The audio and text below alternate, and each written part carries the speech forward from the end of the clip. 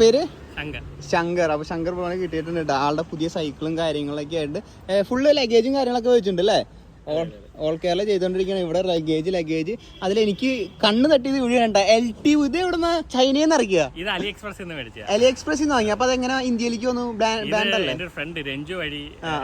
Front വഴി ഇങ്ങോട്ട് ഇറക്കിയതാട്ടെ. ഇതിന്റെ പ്രത്യേകത ഇതിന്റെ കേബിളും കാര്യങ്ങളും ഒന്നുമില്ല കേട്ടാ. ഒക്കെ ഓട്ടോമാറ്റിക് ആയിട്ടാണ് കണക്ട് ചെയ്തിരിക്കുന്നത്.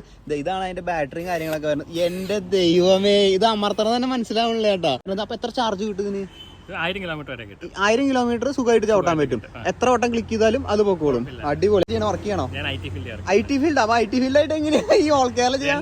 2:30 തൊട്ട് 10:30 വരെ ലോഗിൻ ചെയ്യും. അപ്പൊ കാലത്ത് റൈഡ് തുടങ്ങും. 8-9 മണിയാകുമ്പോൾ കയറും. ഒരു 10-10:30 ലോഗിൻ ചെയ്യും. എന്റെ പൊന്നെ. അപ്പൊ കാലത്ത് റൈഡ്, ഉച്ച തൊട്ട് പണി. സൈക്കിൾ 1 ലക്ഷം രൂപ ഉള്ളൂ. 1 ലക്ഷം. പക്ഷേ ഇത് മോഡിഫൈ ചെയ്ത് വന്നപ്പോഴത്തേക്ക് 1.25-1.30 റേഞ്ച് വരും. അപ്പൊ എന്തായാലും ഓൾ ദ